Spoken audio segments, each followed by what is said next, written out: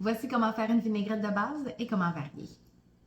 La base d'une vinaigrette, c'est 2 ingrédients, de l'huile et du vinaigre. Généralement, on les mélange dans des proportions de 3 pour 1, c'est-à-dire 3 fois plus d'huile que de vinaigre.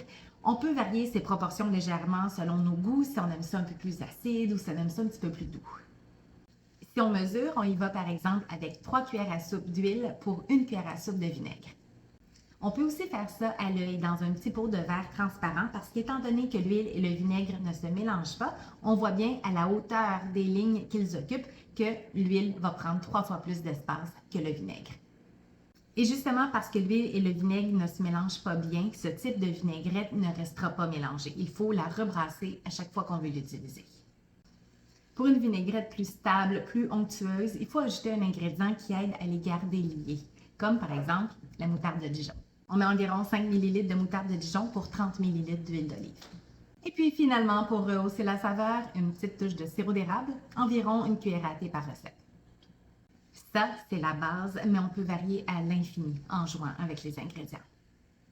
On peut utiliser l'huile de notre choix, d'olive, de canola ou même une autre. Avec du vinaigre, ce qu'on veut, c'est un ingrédient acide, alors on peut utiliser n'importe quelle sorte de vinaigre. Ici, c'est du vinaigre de cidre de pomme, ça pourrait être du vinaigre balsamique, du vinaigre d'érable ou même du jus de citron ou de lime. La moutarde de Dijon est là pour lier les ingrédients, pour unifier l'huile et le vinaigre, mais il y a d'autres possibilités d'agents liants. Par exemple, du yogourt, de la pâte tomate, du tahini ou du beurre de noix ou encore un jaune d'œuf.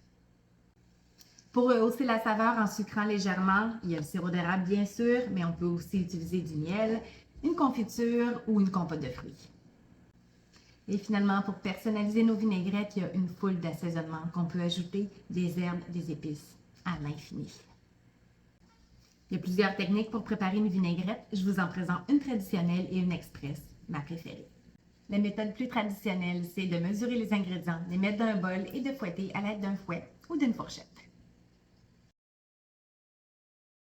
Et la méthode express, c'est dans un pot en verre, soit un pot maçon, un pot de confiture recyclé. On met tous les ingrédients, le couvercle, brasse, brasse, brasse. Et c'est prêt. J'espère que ça va vous aider à créer les meilleures vinaigrettes.